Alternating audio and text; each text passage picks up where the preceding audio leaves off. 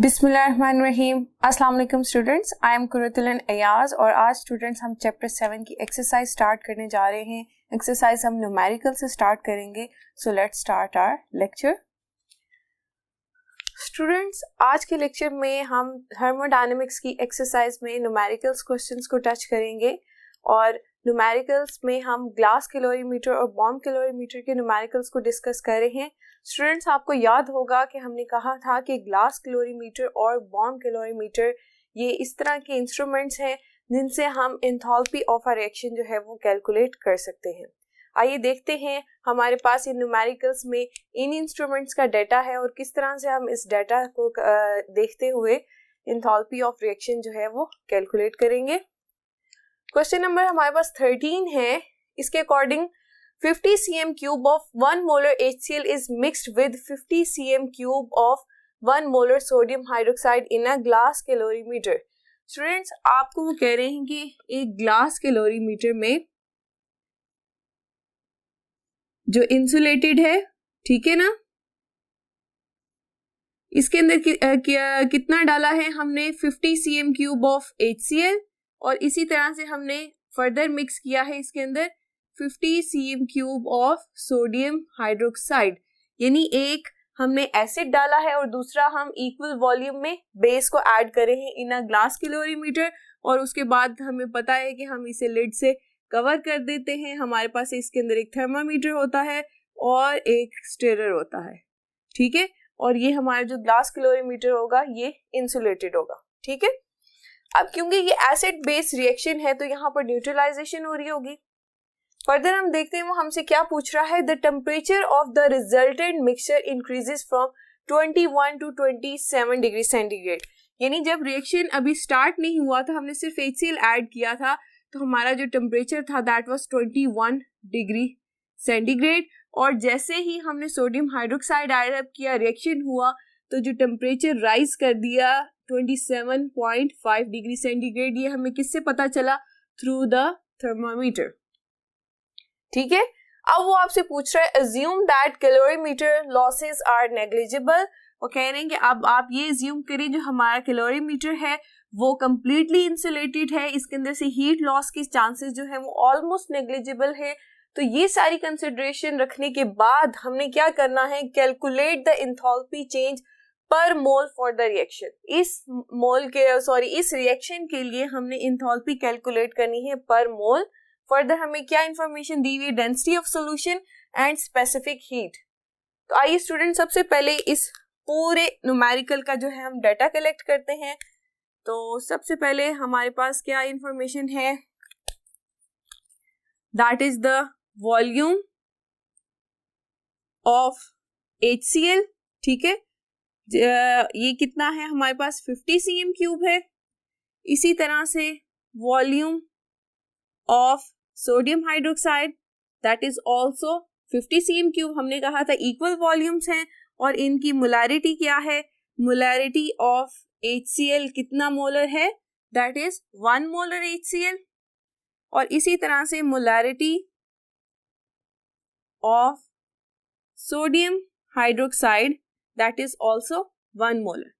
Further students, हमारे पास initial और फाइनल टेम्परेचर है। इनिशियल टेम्परेचर कितना था हमारे पास? That is T1 that is equal to 21 degree centigrade और इसी तरह से फाइनल टेम्परेचर कितना था? Final temperature that was T2, कितना राइज किया था? 27.5 डिग्री सेंटीग्रेड, ठीक है स्टूडेंट्स। अब इनिशियल और फाइनल टेम्परेचर से हम क्या डेल्टा T कैलकुलेट कर सकते हैं? इन दोनों वैल्यूज को हमें पता है कि डेल्टा T किसके इक्वल है? That is T2 minus T1। इसी तरह से अब यहाँ पर हम वैल्यूज पुट कर सकते हैं। T2 की वैल्यू क्या है? 27.5 degree centigrade minus 21 degree centigrade, you will get 6.5 degree centigrade.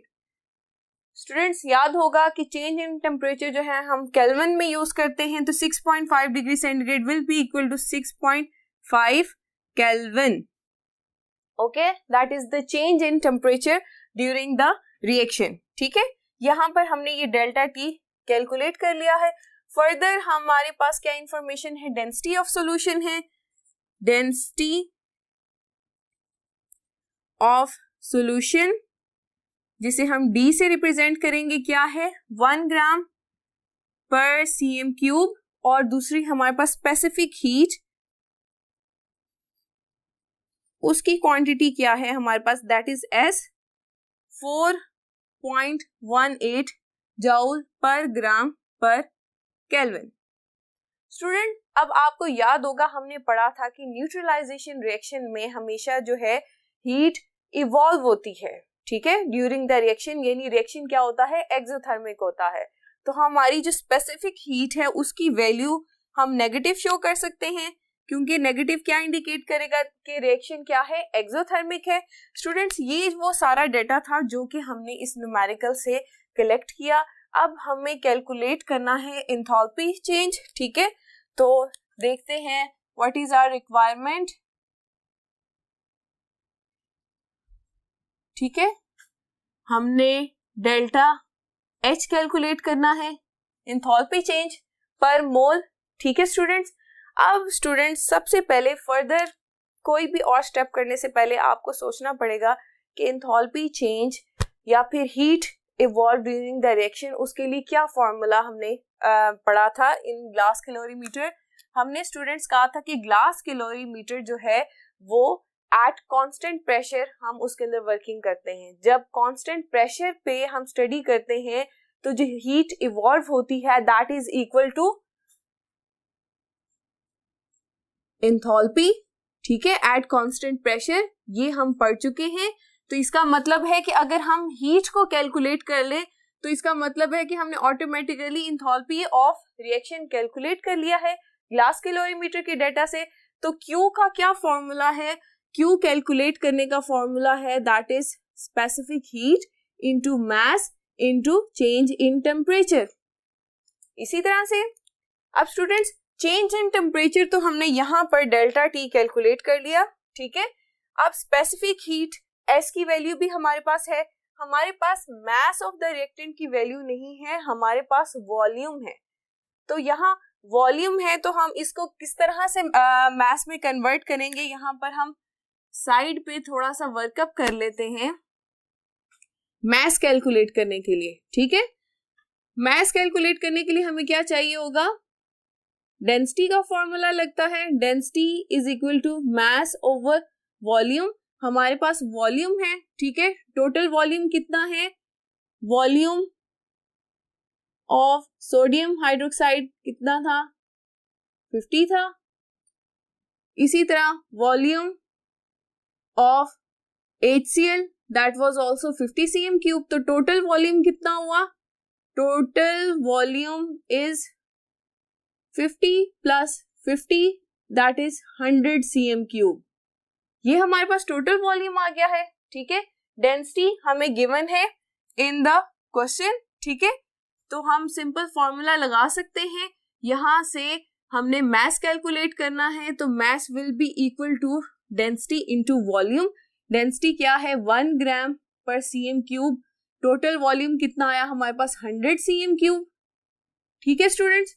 ये cm क्यूब से कैंसिल आउट हो गया, तो मास ऑफ द रिएक्टेंट्स हमारे पास कितना आया है, मास ऑफ द रिएक्टेंट्स हमारे पास कितना है, दैट इज 100 ग्राम्स, ठीक है स्टूडेंट्स। अब हमने मास भी कैलकुलेट कर लिया, हमने डेल्टा T भी कैलकुलेट कर लिया और हमारे पास S की वैल्यू भी क्या मौजूद है। तो इसका मतलब है कि अब हमने सिंपल वैल्यूज पुट करनी है और हमारे पास Q आ जाएगा। तो यहाँ पर हम वैल्यूज पुट करते हैं, स्पेसिफिक हीट की वैल्यू है -4.18, ठीक है, और मास की वैल्यू हमारे पास है 100, और इसी तरह से स्टूडेंट्स हमारे पास डेल्टा T की वैल्यू है 6.5, ठीक है। इसका यूनिट केल्विन होगा, यहाँ पर ग्राम्स यूनिट है और इसका यूनिट क्या है, जूल। थोड़ा सा यूनिट के साथ ही मेंशन कर देते हैं, -4.18 जूल पर ग्राम पर केल्विन, ठीक है। यूनिट कैंसिलेशन हम करते हैं, केल्विन जो है पर केल्विन से कैंसिल हो जाएगा, ग्राम पर ग्राम से कैंसिल हो जाएगा। तो हमारे पास जो फाइनल आंसर आएगा स्टूडेंट्स वो हम देख लेते हैं, सिंपल इसको कैलकुलेट करते हैं। आप -4.18 इंटू 100 स्टूडेंट्स हमारे पास आंसर आएगा इसका दैट इज -2717 जाउल। ठीक है, अब हम इस वैल्यू को स्टूडेंट्स हम ये जाउल में आंसर है, किलो जाउल में कन्वर्ट करने के लिए हम क्या करेंगे, इसे सिंपली 1000 से जब डिवाइड कर देंगे तो हमारे पास आंसर आ जाएगा -2.717 किलो जाउल। ठीक है स्टूडेंट्स, अब ये जो हीट इवॉल्व हुई है ये कितने मोल्स ऑफ रिएक्टेंट्स जब रिएक्ट किए थे उसके लिए इवॉल्व हुई है वो हमें देखना होगा, क्योंकि स्टूडेंट्स हमने कैलकुलेट करनी एंथैल्पी ऑफ अ रिएक्शन पर मोल। तो हमें ये देखना होगा कि हमने जो रिएक्टेंट यूज किए थे 50 cm क्यूब ये कितने मोल्स हैं। ठीक है, तो नंबर ऑफ मोल्स कैलकुलेट करने के लिए हम क्या करेंगे, नंबर ऑफ मोल्स इनकी कैलकुलेशन के लिए हम क्या करते हैं, that is the molarity into volume. ठीक है, अब यहां पर अगर हम किसके नंबर ऑफ मोल्स कैलकुलेट करना चाह रहे हैं, number of moles of HCl। ठीक है, इसकी मोलैरिटी क्या है 1। ठीक है, और मोलैरिटी का यूनिट क्या होता है मोल पर dm क्यूब। ठीक है, इसी तरह से वॉल्यूम कितना है HCl का 50 cm क्यूब है। तो स्टूडेंट्स हमें यहाँ पर dm क्यूब में चाहिए, तो हम dm क्यूब में कैसे कन्वर्ट कर सकते हैं कि volume of HCl 50 cm cube है, इसे 1000 से डिवाइड करेंगे तो कितना आएगा 0.05 dm cube, that is the volume of HCl। तो यहाँ पर 0.05 हम लगा देंगे तो नंबर ऑफ मोल्स कितने आ जाएंगे 0.05।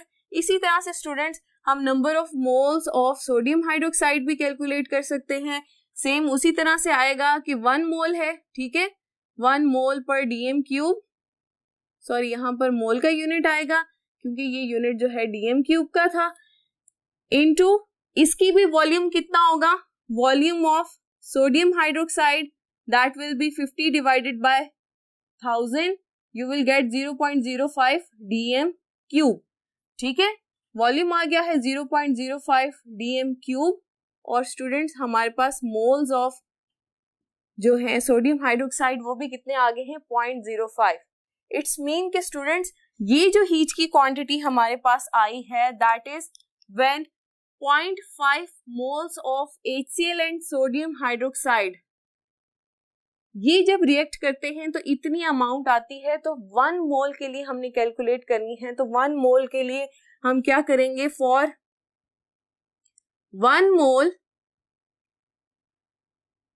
ऑफ रिएक्टेंट्स, ईच रिएक्टेंट लिखेंगे क्योंकि 2 रिएक्टेंट्स हैं। ठीक है, each reactants Q is equal to क्या होगा कि हम सिंपल इस वैल्यू को जो है डिवाइड कर देंगे नंबर ऑफ मोल से। तो हमारे पास वैल्यू क्या है -2.717 डिवाइडेड बाय 0.05। तो स्टूडेंट्स हमारे पास आंसर आएगा -2.717 डिवाइडेड बाय 0.05, हमारे पास आंसर आया है दैट इज -54.34। ठीक है स्टूडेंट्स, ये क्या है, जब 1 मोल ऑफ ईच रिएक्टेंट यानी HCl और सोडियम हाइड्रोक्साइड जब 1 मोल रिएक्ट करेंगे तो फिर जो हमारे पास फाइनल Q की वैल्यू आएगी that will be this one. और हमें पता है कि कैलोरीमीटर में जब हम रिएक्शन करते हैं वो कांस्टेंट प्रेशर पे होता है, तो कांस्टेंट प्रेशर पे Q is equal to the enthalpy change. तो यू कैन से जितनी quantity students 1 mole of each reactant के लिए इवॉल्व होनी थी वो किसके इक्वल होगी, एंथैल्पी ऑफ रिएक्शन पर मोल। ठीक है स्टूडेंट्स, यहाँ पर ये बात क्लियर होगी। दोबारा से देख लेते हैं कि स्टूडेंट्स हमने क्या कहा कि Q जो है हमने कैलकुलेट की है पर मोल, ठीक है, ऑफ ईच रिएक्टेंट, ये किसके इक्वल होगी, एंथैल्पी ऑफ द रिएक्शन पर मोल, ठीक है, ऑफ द रिएक्टेंट्स इसके इक्वल हो जाएगी। तो ये स्टूडेंट्स हमने सॉल्व कर लिया अपना न्यूमेरिकल। हम सेकंड क्वेश्चन की तरफ आते हैं जिसके अंदर क्या है हमारे पास, hydrogen is a rocket fuel, ठीक है, ये रॉकेट के जो फ्यूल इस्तेमाल होता है उसके अंदर हम क्या यूज करते हैं, हाइड्रोजन यूज कर रहे होते हैं. It burns in oxygen to give nitrogen and water.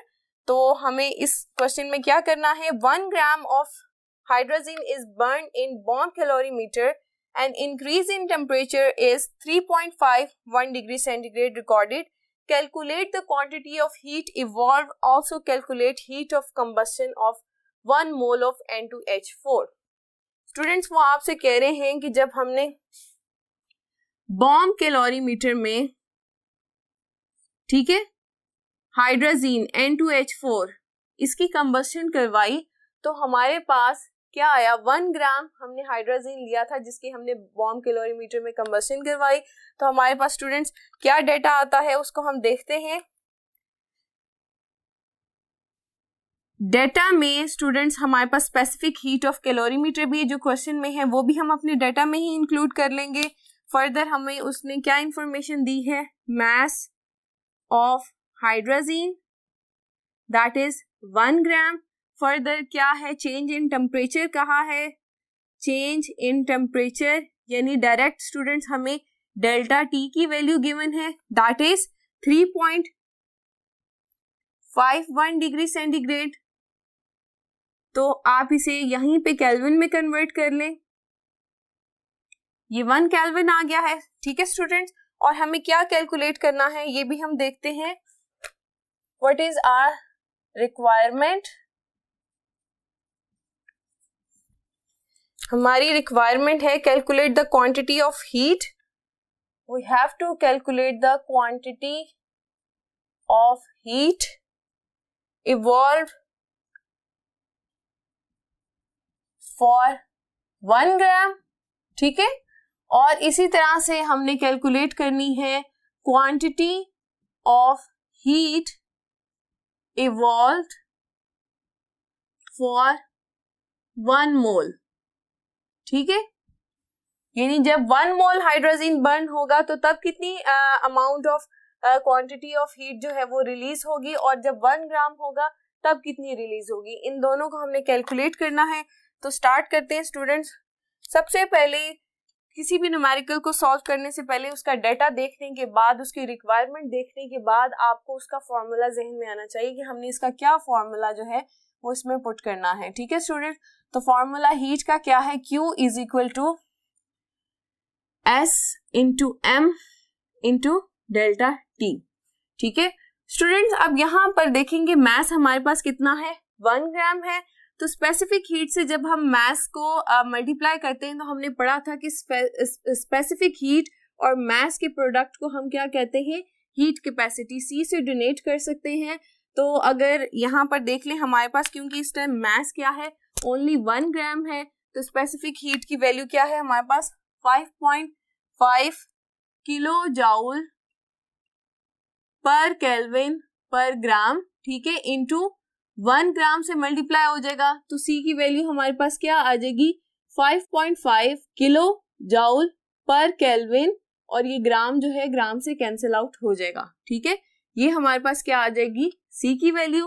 Heat capacity की वैल्यू आ गई है. तो स्टूडेंट्स अब हम अपना फॉर्मूला अगर मॉडिफाई करना चाहें, इस प्रोडक्ट को हम simple Q is equal to C into delta T mention कर दें. तो अब हम वैल्यूज पुट कर सकते हैं. हमारे पास C की वैल्यू भी है, डेल्टा T की भी वैल्यू है. तो सिंपल वैल्यूज पुट करने से हमारे पास हीट इवॉल्व फॉर 1 ग्राम आ जाएगी. वैल्यूज पुट करते हैं 5.5 किलो जाउल पर केल्विन, और चेंज इन टेम्परेचर क्या है, दैट इज 3.51 केल्विन. केल्विन से कैंसिल आउट हो गया तो हमारे पास आंसर आ जाएगा दैट इज -19.305. ठीक है, किलो जाउल. ये क्या है, Q की वैल्यू है फॉर 1 ग्राम. इसका मतलब हमारे पास एक आंसर ये आ गया है. अब सेकंड जो है वो हमने कैलकुलेट करना है फॉर 1 मोल. ठीक है, तो 1 मोल के लिए हमें नंबर ऑफ मोल्स देखने होंगे. ठीक है, यू कैन से के नंबर ऑफ मोल्स के लिए, या आप कह लें कि 1 मोल ऑफ हाइड्रोजन, इसका मोलर मास क्या होगा, molar mass of N2H4 hydrogen, nitrogen is 14, 2 atoms हैं, 2 से मल्टीप्लाई हो जाएगा, हाइड्रोजन इज 1 एंड 4 एटम्स, तो ये 28 प्लस 4 हमारे पास आंसर आ जाएगा 32 ग्राम पर मोल। ये 1 मोल का जो है यहाँ पर हमारे पास मोलर मास आ गया है। ठीक है स्टूडेंट्स, अब आप सिंपली देख लें कि 1 gram of hydrogen burn to give heat कितनी, -19.305। ठीक है, तो 32 grams of N2H4 that is 1 mole.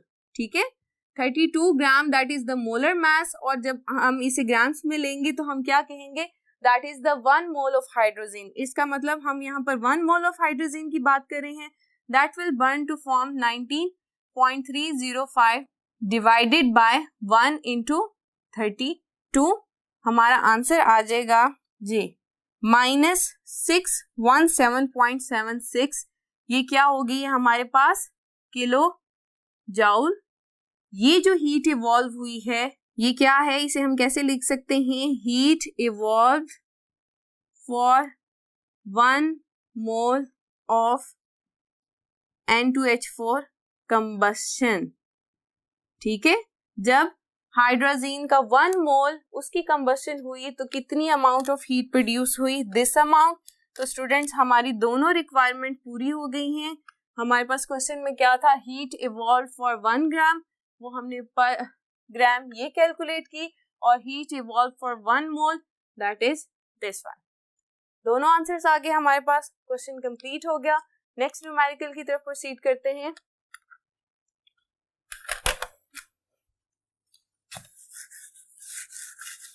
Ji students, next question की तरफ आते हैं, जो अभी हमने लास्ट क्वेश्चन किया था उससे बिल्कुल मिलता जुलता है, तो आपने अब इसको जल्दी से सॉल्व करवाना है। Octane C818 is a motor fuel.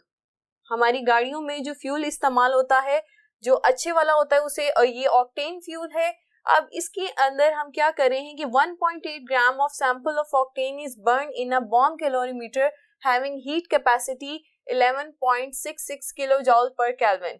यानी हमने ऑक्टेन का 1.8 ग्राम सैंपल लिया, उसे बॉम्ब कैलोरीमीटर में उसकी कंबशन करवाई है, तो हमारे पास चेंज इन टेम्परेचर क्या आया है, 21.36 डिग्री से 28.78 डिग्री टेम्परेचर राइज हुआ है ड्यूरिंग कंबशन।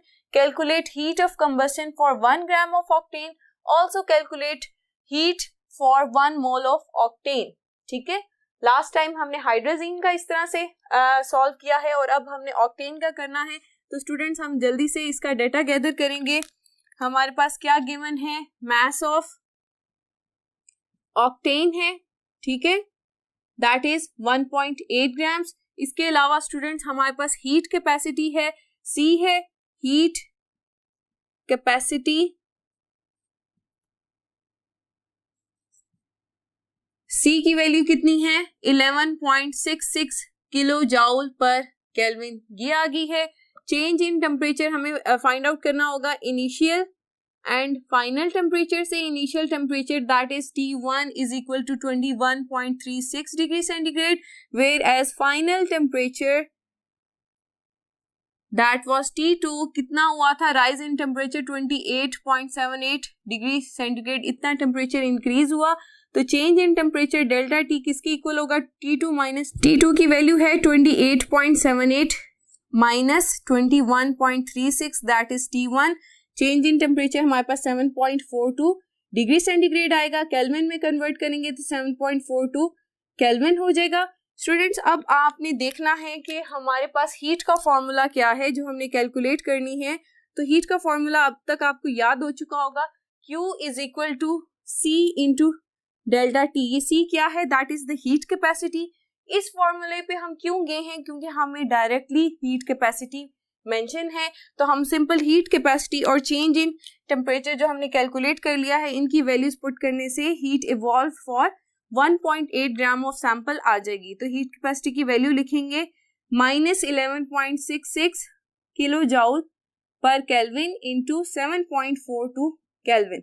याद रहे स्टूडेंट्स, मैंने माइनस का साइन इसलिए यहाँ पर लगाया है क्योंकि ये रिएक्शन कंबस्शन रिएक्शन है और कंबस्शन रिएक्शन में हीट क्या होती है, इवॉल्व होती है।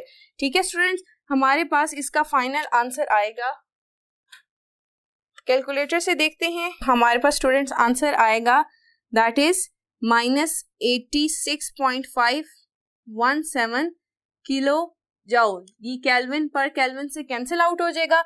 स्टूडेंट्स ये हमारे पास क्या वैल्यू आई है, heat evolve when we burn 1.8 gram of sample. अब स्टूडेंट्स हमारे पास क्वेश्चन है कि हमने calculate heat for 1 gram of octane को कैलकुलेट करना है कि 1 ग्राम ऑक्टेन को बर्न करने के लिए कितनी हीट इवॉल्व होगी। तो उसके लिए हम क्या करेंगे, हम लिखेंगे heat evolve for 1.8 gram of octane किसके इक्वल थी, -86.517 किलो जॉल। ठीक है ना, तो heat evolve for 1 gram of octane कितनी आएगी, दैट इज -86.517 डिवाइडेड बाय 1.8। ये वैल्यू हमारे पास क्या आ जाएगी, दैट इज -48.06। ठीक है, किलो जॉल ये वैल्यू आई है फॉर 1 ग्राम। अब स्टूडेंट्स हमें 1 मोल ऑफ ऑक्टेन के लिए भी हीट इवॉल्व जितनी है वो कैलकुलेट करनी होगी। उसके लिए हमें क्या चाहिए होगा, molar mass of octane, molar mass of octane 1 mole. ठीक है, C8H18 है, इसका मोलर मास 114, ठीक है, ग्राम पर मोल है। तो स्टूडेंट्स 1 ग्राम के लिए तो हमने कैलकुलेट कर ली, तो 114 ग्राम्स के लिए हम क्या करेंगे, सिंपल 1 ग्राम की वैल्यू को मल्टीप्लाई कर देंगे 114 ग्राम्स के लिए। तो हम लिखेंगे हीट इवॉल्व्ड फॉर 1 मोल, और यू कैन से 1 मोल में कितने ग्राम्स हैं, 114 ग्राम्स, ठीक है, ऑफ ऑक्टेन। तो क्या करेंगे हम, इस वैल्यू को -48.06 को मल्टीप्लाई कर देंगे 114 से। ठीक है, तो हमारे पास आंसर आ जाएगा that is -5479.4, that is kilo जॉल पर मोल। ठीक है, ये जो हीट इवॉल्व हुई है that is for 1 mole of the octane when burn in the bomb calorimeter. ठीक है, ये हमारे दोनों इसके आंसर्स कंप्लीट हो गए। एक आंसर था फॉर 1 ग्राम जो कि ये हमारे पास आ गया है, और एक था फॉर 1 मोल, तो ये आ गया है। तो स्टूडेंट्स हम इनकी heat of combustion for 1 gram of octane, ये हमारी एक रिक्वायरमेंट थी, और दूसरी रिक्वायरमेंट थी heat of combustion for 1 mole of octane. ठीक है स्टूडेंट्स, ये हमारी 2 रिक्वायरमेंट्स थी जिनको हमने कैलकुलेट किया। 1 ग्राम के लिए हमने कैलकुलेट किया है -48.06 किलो जॉल, और यहाँ पर 1 मोल के लिए कैलकुलेट किया है -479.4 किलो जॉल पर मोल। ठीक है, ये 2 आंसर्स हमारे पास आगे हैं। हमारे यहाँ पर क्वेश्चन जो है कंप्लीट हो गया है। नेक्स्ट क्वेश्चन की तरफ प्रोसीड करते हैं। क्वेश्चन नंबर 16 है। Question number 16 students hedges law का क्वेश्चन है। हेजेस लॉ स्टूडेंट्स हमें क्या इंफॉर्मेशन देता था, थोड़ा सा रिवाइज कर लेते हैं।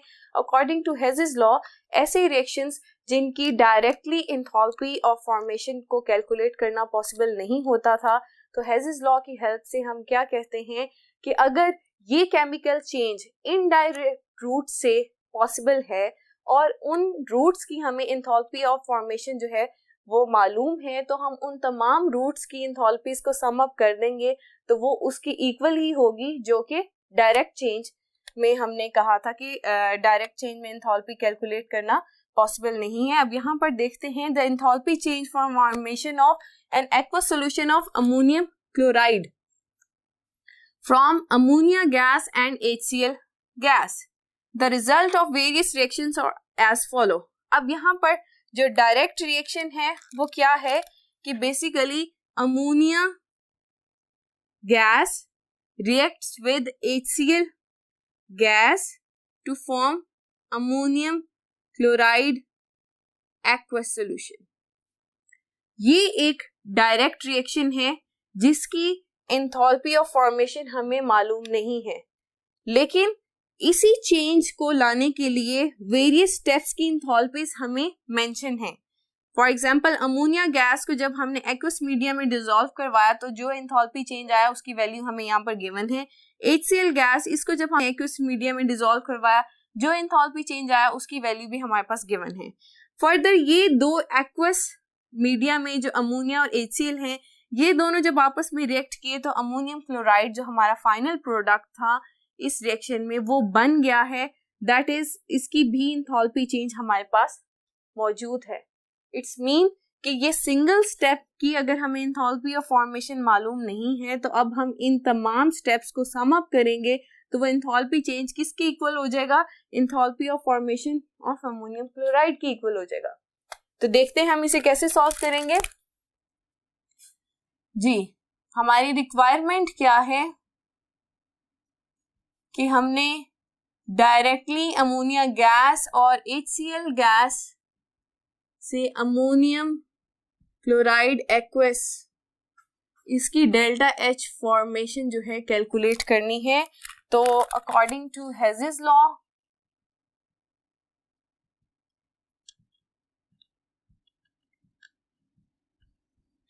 हम क्या करेंगे?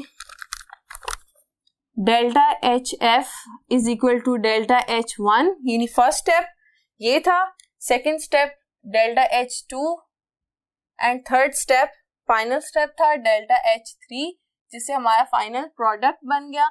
इन तीनों स्टेप्स की जो अगर हम एंथैल्पी ऑफ चेंज जो है उसको सम अप करेंगे तो हमारे पास enthalpy of formation for this reaction जो है वो आ जाएगी. ठीक है स्टूडेंट, तो ये सारी चीजें हम अपने डाटा में ही इंक्लूड करेंगे, इसलिए हम अपने क्वेश्चन से कॉपी करेंगे. हमारा डाटा यहाँ से स्टार्ट हो रहा है. ठीक है, ये सारी इक्वेशंस हम कॉपी अप करेंगे, फिर हम अपनी रिक्वायरमेंट मेंशन करेंगे. हेजेस लॉ के अकॉर्डिंग हमने फॉर्मूला मेंशन किया है. अब हम इसके अंदर वैल्यूज पुट करने लगे हैं. वैल्यूज फर्स्ट की क्या है? -35.16 और सेकंड की क्या है? प्लस, यहाँ पर माइनस का साइन है -72.41, तो प्लस माइनस माइनस हो जाएगा तो ये ब्रैकेट में रिमूव कर देती हूँ. माइनस का साइन इस तरह से आ जाएगा. अगेन प्लस माइनस माइनस और 51.48 ये फाइनल वैल्यूज हैं. इनको हम एड अप करते हैं तो हमारे पास आंसर आ गया है, दैट इज -159.05. ये क्या है? हमारे पास एंथैल्पी आई है किलो जूल पर मोल. ये क्या है? एंथैल्पी ऑफ फॉर्मेशन आ गई है इस रिएक्शन के लिए. सिंपली स्टूडेंट्स हमने हेजेस लॉ को अप्लाई किया, तमाम डिफरेंट रूट से जो ये केमिकल चेंज पॉसिबल था उनकी एंथैल्पीज को प्लस किया और हमने क्या है enthalpy of formation for ammonium chloride जो है हमने कैलकुलेट कर लिया. So students, that was all about today's lecture. Next lecture में हम मजीद हेजेस लॉ की और बॉन्ड हाइब्रिड साइकिल के न्यूमेरिकल्स को डिस्कस करेंगे. अपना बहुत सा ख्याल रखिए. अल्लाह हाफिज.